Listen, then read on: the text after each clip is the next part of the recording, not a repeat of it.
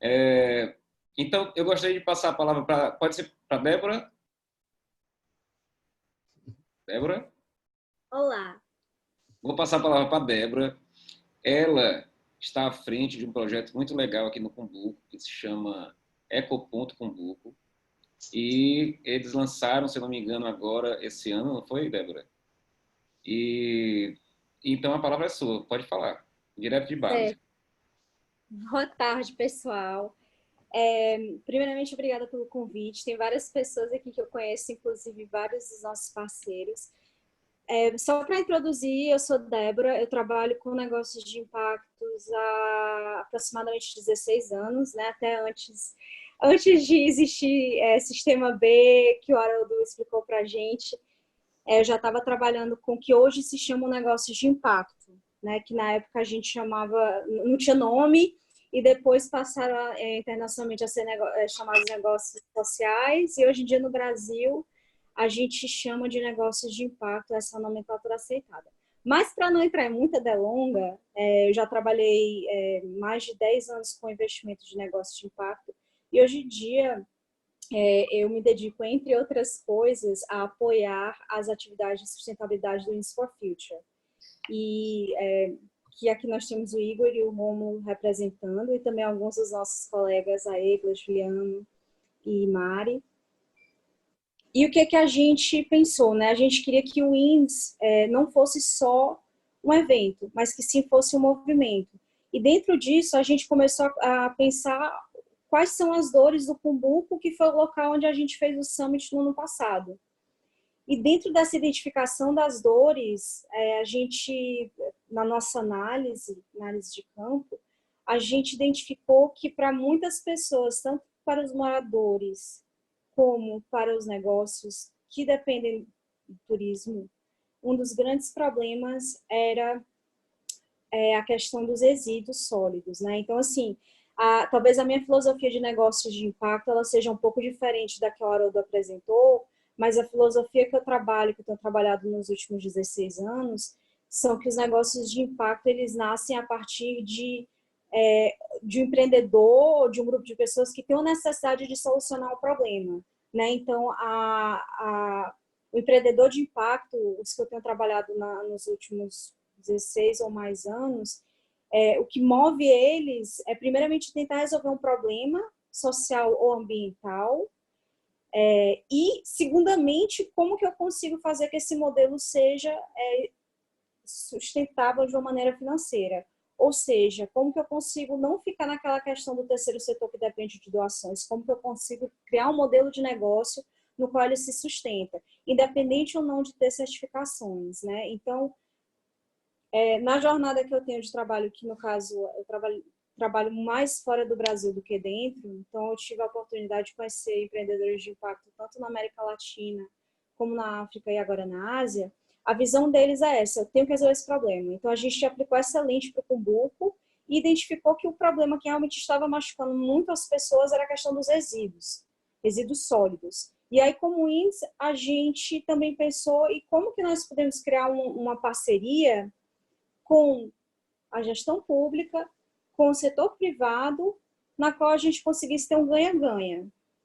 E o Romulo lembra, a gente passou muito tempo refletindo como que a gente ia articular isso, e a gente no final fez um compromisso do Ins for Future para com a comunidade e a prefeitura de executar algumas atividades diretamente relacionadas aos Objetivos de Desenvolvimento Sustentável da ONU, os ODS.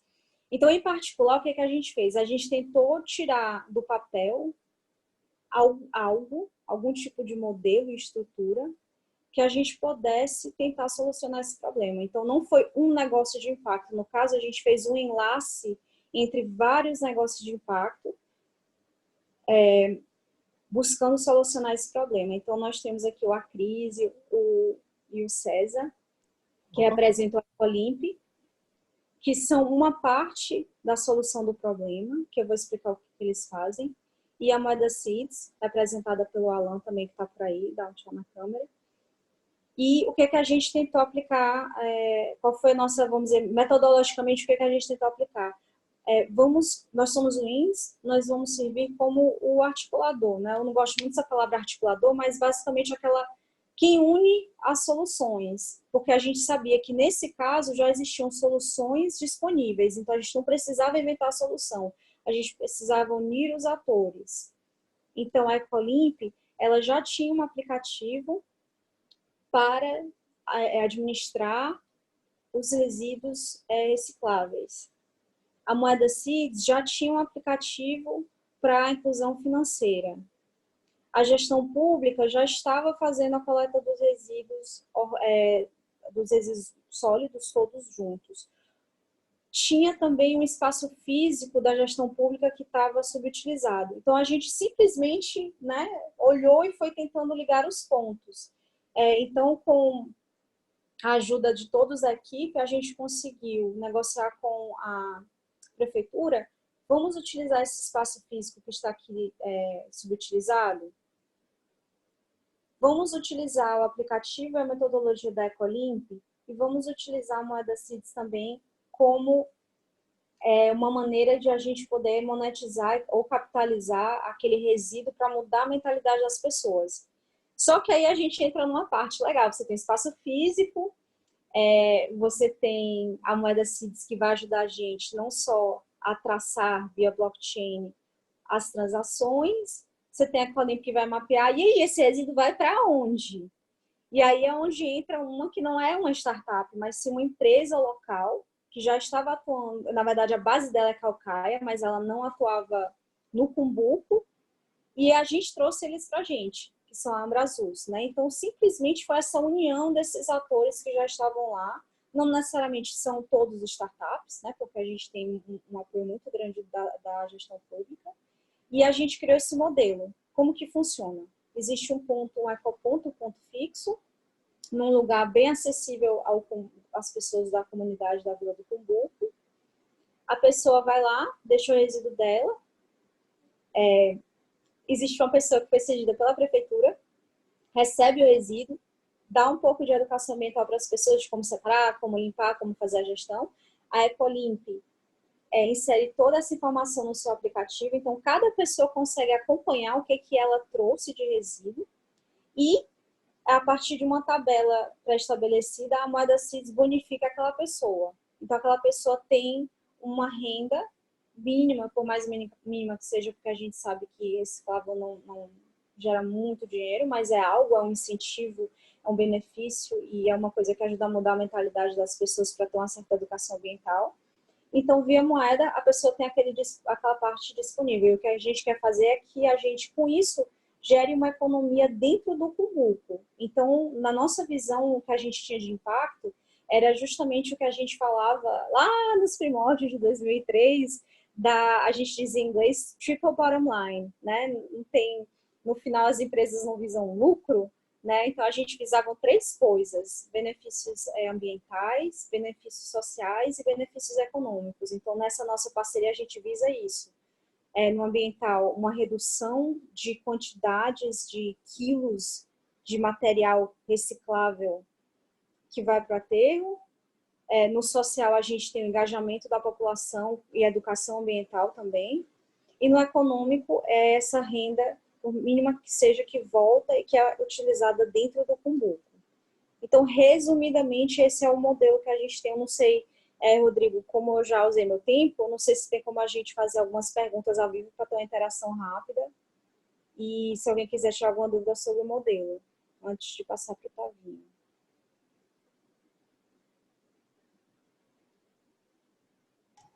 Tá aí mudo, Rodrigo.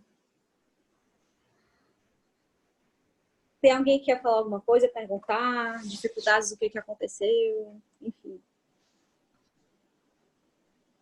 O Igor está me lembrando que essa é a primeira etapa do Hub Cumbuco, bem lembrado, Igor. A ideia é esse projeto, como eu falei, nós temos uma série de compromissos e coisas que nós, como Indies for Future, queremos para apoiar a comunidade do Cumbuco. Então, esse foi apenas um passo inicial que a gente fez nessa jornada. Né? Lembrando que a gente começou isso em janeiro, o índice foi em setembro, né? Então, assim, a gente teve o índice em setembro, fizemos esse compromisso e em janeiro a gente começou realmente a mobilizar e a operacionalizar esse sistema. E a ideia é que, eventualmente, nós tenhamos um hub no qual existem também empresas, startups, empresas de impacto. Vai ter, o Igor está me lembrando que vai ter coworking, espaço maker.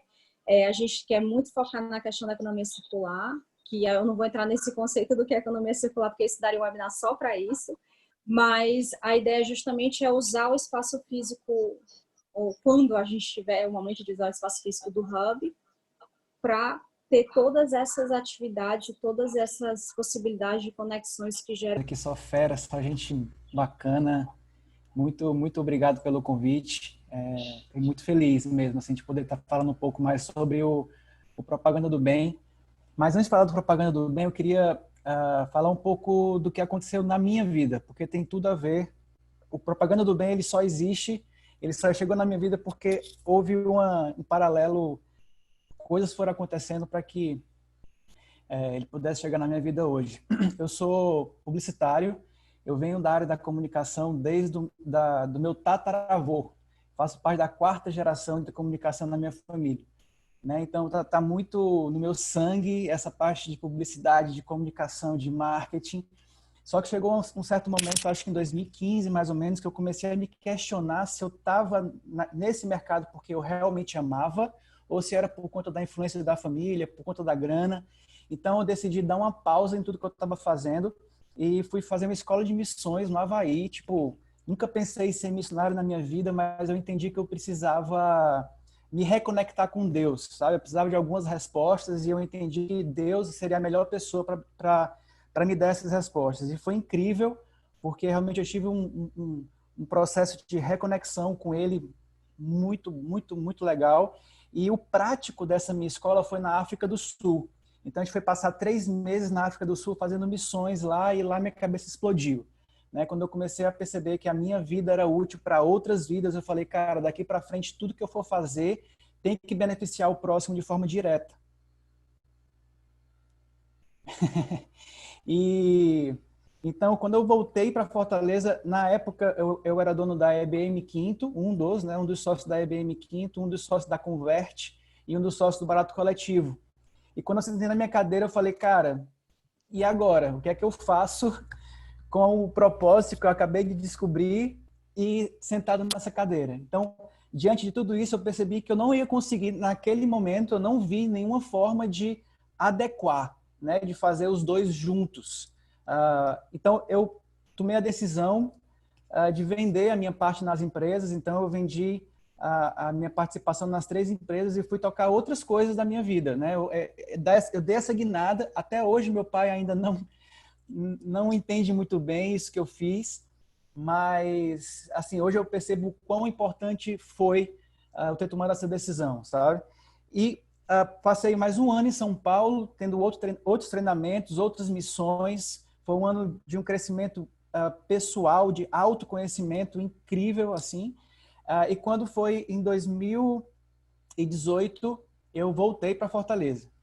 E comecei a tocar outras coisas, né? Eu me envolvi com outros projetos. Sendo bem sincero, a propaganda, para mim, era uma coisa, marketing era uma coisa que eu estava fugindo, eu não queria mais me envolver, porque eu passei a entender que muito do que eu estava vivendo era por conta que eu também estava sendo muito influenciado pelo marketing, o lance de você ter para você ser, sabe? Isso estava muito enraizado em mim. Então, quando ele me falou o que era, eu falei, cara, é a oportunidade que eu tenho de ressignificar tudo, né?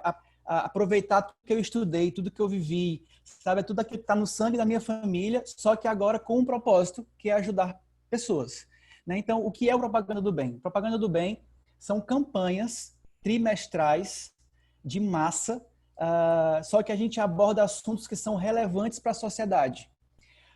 Quando o Diego me convidou, ele já tinha feito a primeira edição e ele começou mesmo com clientes dele, sabe? Ele convidou um, convidou outro, ele começou a fazer aquilo e ele testou, né? Como a Débora falou, assim, tudo tem um protótipo, tudo tem um MVP e quando ele me convidou, já era para desenvolver a segunda edição. E a única diferença que eu propus para ele foi que, cara, ao invés de a gente fazer vários temas diferentes, vamos passar 3 meses falando sobre um tema. E as empresas que forem entrar nessa campanha, elas não vão entrar porque elas se relacionam com esse assunto, mas porque elas querem que essa mensagem seja difundida. Então ele falou, cara, massa, beleza, e qual que seria o assunto? E aí eu falei, cara, o assunto que eu acho interessante a gente trabalhar é um assunto que está machucando, maltratando, matando muita gente, um assunto que não escolhe classe social, que não escolhe religião, que não escolhe nada, que é a depressão. Então a gente teve um desafio de realizar uma campanha que foi de agosto a novembro do ano passado, falando sobre depressão, conscientizando sobre isso, ajudando pessoas que passam e também pessoas que ajudam pessoas que passam por depressão. Né? Então, a gente trouxe psicólogos, a gente trouxe institutos que trabalham diretamente com isso, eles nos ajudaram bastante com o conteúdo. A gente teve várias e várias de aula com pessoas que já estão atuando com isso diariamente. Né? Então, a gente falou, mostrou situações de pessoas histórias de pessoas que estavam vencendo, né? Porque depressão não é uma coisa tão simples assim de viver em si, mas que estavam no processo de vencer esse processo na vida. Trouxemos também dicas de profissionais, trouxemos dicas do que falar, do que não falar, né, do que fazer, do que não fazer, de como reconhecer que uma pessoa está passando por depressão. E, cara, foi incrível o resultado que a gente teve. A gente realmente conseguiu tanto ter um alcance muito bom, a gente conseguiu alcançar mais de 2 milhões de pessoas com a campanha, e também nós tivemos um impacto muito massa, porque a gente começou a fazer uma curadoria de todas as mensagens que a gente tinha recebido, porque também foi algo... como aconteceu isso? A TV Verdes Mares nos apoiou. Então, ele nos deu TV, rádio e jornal. Na TV, a gente teve uma sorte, que eu não sei se é sorte o nome disso, que o Fantástico fez um programa especial sobre depressão. Eram 4 episódios. A gente saiu com um VT de 30 segundos no break seguinte do último episódio do programa especial do Fantástico. Né? Então, a gente, no dia seguinte, tinha uma porrada de pessoas pedindo ajuda, pedindo socorro no nosso Instagram. E não tinha nada falando no nosso Instagram lá. Né? Então, as pessoas elas receberam a informação na televisão e elas vieram conversar conosco, interagir conosco nas redes sociais. E a gente começou a conversar com elas. Nesse momento, a gente entrou em pânico, porque eu e o Diego e a nossa equipe não tinha capacidade de conversar com essas pessoas. A gente levantou um grupo de voluntários, a gente conseguiu levantar 14 voluntários de psicologia em 4 horas, e a galera começou a conversar, começou a acolher, e a função dessas pessoas era entender a situação dos que estavam vindo e direcioná-las para o tratamento convencional, né? Para o CAPS, para o Instituto Via Dot, para o Instituto Revoar, né? Para as clínicas das universidades, enfim, dependendo de onde a pessoa morava e qual era a condição da pessoa, a gente ia indicando ela para o tratamento contínuo. E foi muito legal. Sabe, a gente começou a ver várias histórias. Tem o depoimento especificamente de uma menina que me marcou muito, porque foi uma pessoa que eu passei a conversar com ela, eu passei a interagir com ela, e hoje eu consegui ver a evolução dela no processo. E ela falou, Tavinho, no dia que eu teve um dia que eu estava decidida a tirar a minha vida, e aí do nada eu recebi um post de vocês. E aí eu me senti atraída, passei a curtir, comecei a ver as outras coisas que tinha no canal, e isso foi me curando, sabe? Automaticamente eu fui tendo vontade de viver, e eu fui desistindo de tirar a minha vida. Então, cara, assim, a comunicação ela é muito poderosa, sabe? A gente às vezes subestima o poder da comunicação, mas ela é muito poderosa. Né? Então, a partir desse resultado... um detalhe. Como que a gente coloca essa campanha no ar? A gente faz um processo de captação. A gente convida marcas para nos apoiarem e para financiarem essa campanha. Né? E financiar também a equipe que está envolvida com essa campanha. E é legal porque... no início, ninguém sabia de onde vinha a verba, né? Se a verba vinha de marketing ou se a verba vinha da parte de assistência social, era uma incógnita, assim, né? E acabou que a gente começou a entender que realmente tem que vir do marketing, né? O marketing das empresas tem que começar a abrir mais os olhos para esse lance do impacto, porque não é o Tavinho que está falando, é Kotler, sabe? É Porter, sabe? São pessoas, são estudiosos, são professores, são gênios do capitalismo, do marketing, que estão falando da necessidade das empresas começarem a mudar a visão delas em relação a impacto positivo. Já não basta mais não fazer impacto negativo, também tem que fazer impacto positivo, sabe? E é importante isso para poder influenciar, incentivar outras pessoas a também fazerem isso, né? Então, quando eu comecei a ler o Marketing 4.0 do Kotler, eu comecei a perceber claramente que a mudança do comportamento do consumidor é um fato. As pessoas não vão mais comprar uma camisa, elas querem uma causa, elas querem vestir um propósito, sabe? Então, isso é muito importante para que as empresas estejam cada vez mais antenadas e mais espertas para começar a desenvolver. Só que a gente entende também que é muito caro para uma empresa sozinha fazer uma comunicação de impacto positivo. Então, propaganda do bem veio para quê? Para tornar isso coletivo, sabe? É como se a gente faz uma campanha massiva e cada marca, uma marca só não precisa bancar a campanha inteira. Ela vai bancar uma parte e ela vai ter também a participação dela naquilo que ela participou, né? Então, a gente facilita, a gente permite que as empresas possam fazer campanhas de impacto positivo. Diante desse resultado da primeira edição, a gente resolveu dar continuidade e fazer aí agora a terceira edição. A terceira edição começou em fevereiro e ia até maio, mas com essa loucura toda, a gente decidiu aumentar, né, a duração dessa campanha para talvez junho, julho. E o assunto que a gente decidiu abordar é generosidade, que é totalmente pertinente com o momento que a gente está passando hoje, né? E existem palavrinhas que estão em conjunto com a generosidade, que é gentileza, gratidão, né? E elas caminham juntas. Então, o nosso papel é o quê? É a gente desmistificar esse universo da generosidade, sabe? Mostrar que generosidade não é só grana, é tempo, é habilidade, sabe? É você poder, às vezes, pegar um pouquinho do seu tempo, sabe? E dar atenção para uma pessoa que está passando do seu lado. Então, a gente está trazendo essa campanha também como, não só como aquela coisinha de, oh, que bonitinho, generosidade, espero que as pessoas sejam. Não, a gente quer fazer call to action.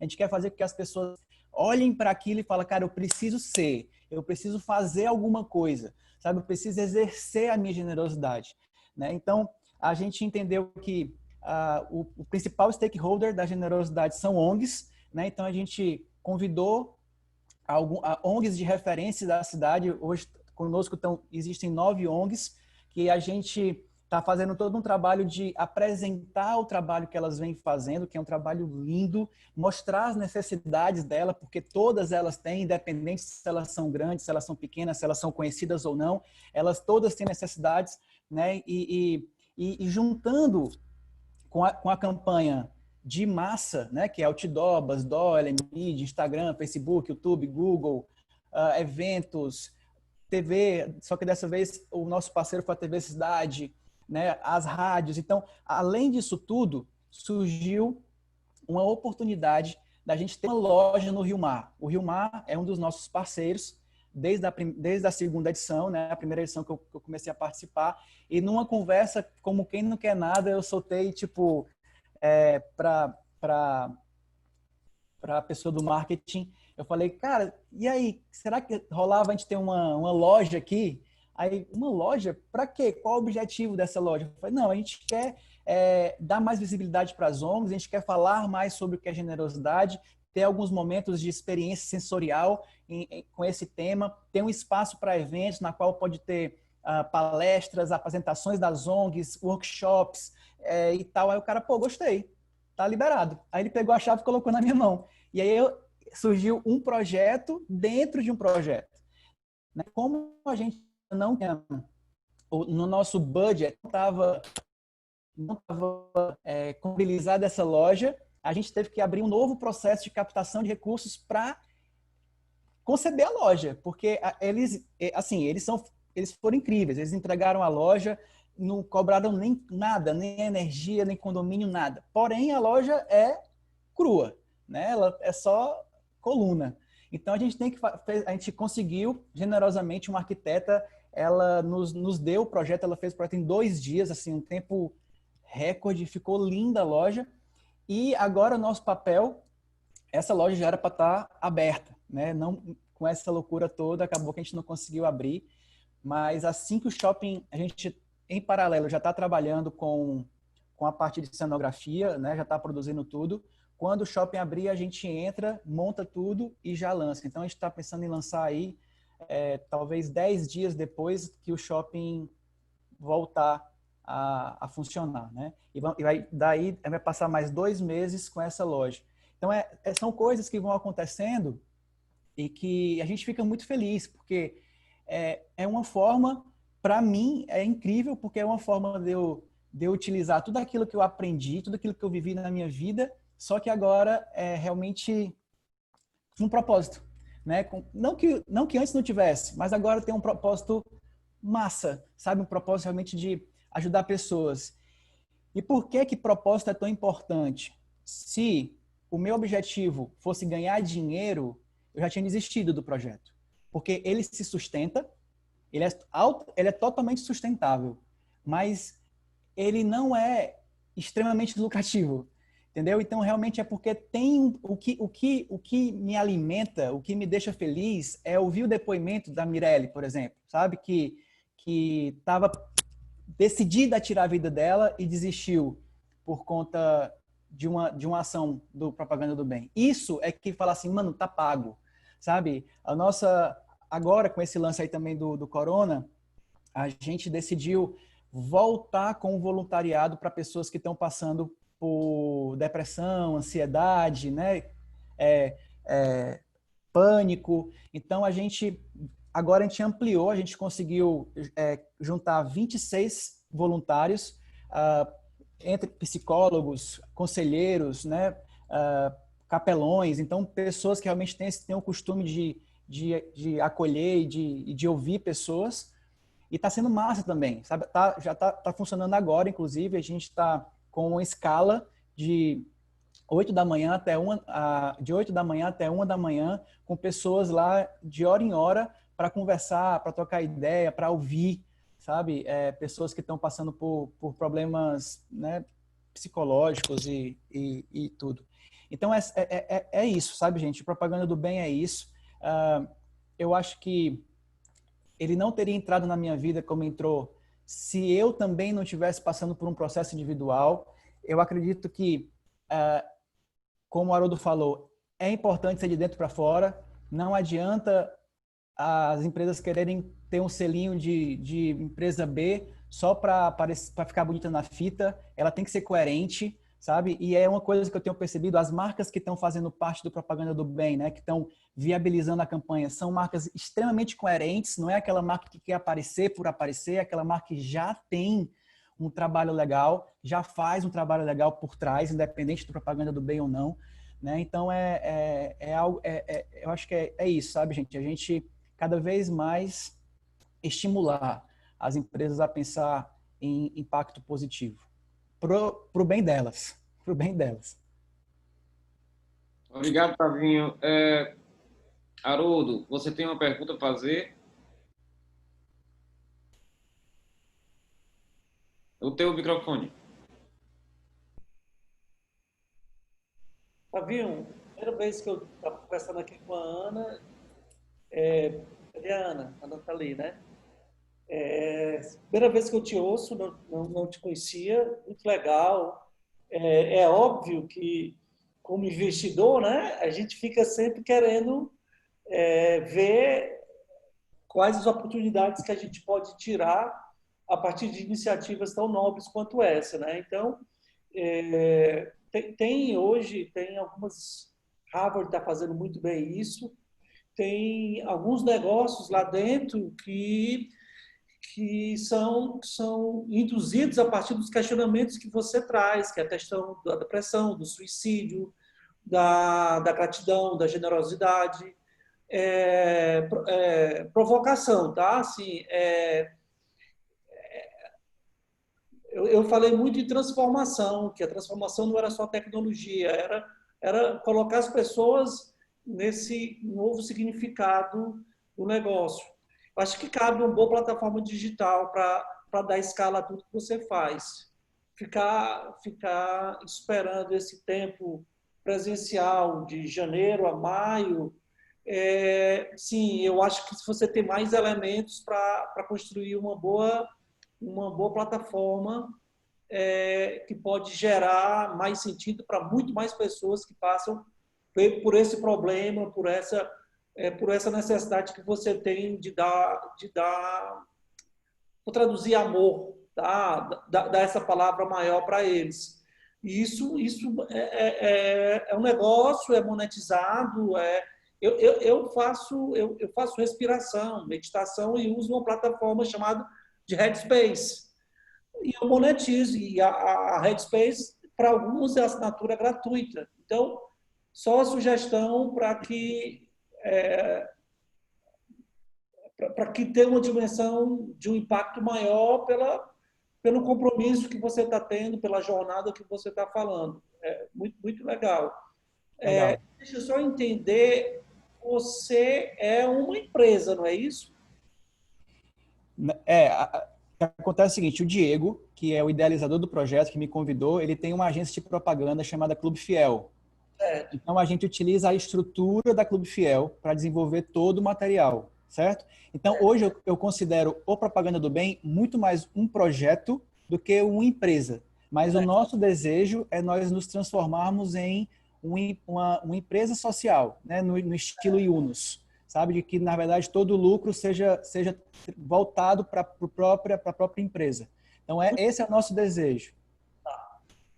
Em relação à plataforma, eu não falei, desculpa, mas a gente tem um site que a nossa ideia é como se fosse um G1 do bem.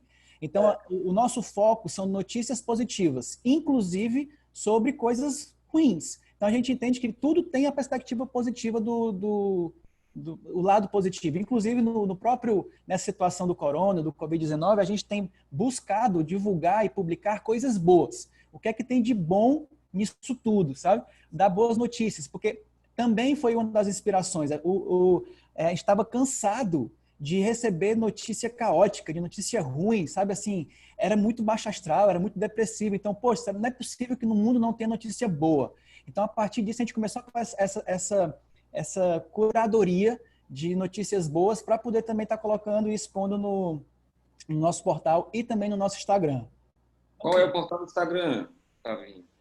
O portal é propagandadobem.com.br e o Instagram é @propagandadobem. Então, é isso aí. Ficamos por aqui e agradeço mais uma vez e até mais, hein? Até quinta-feira.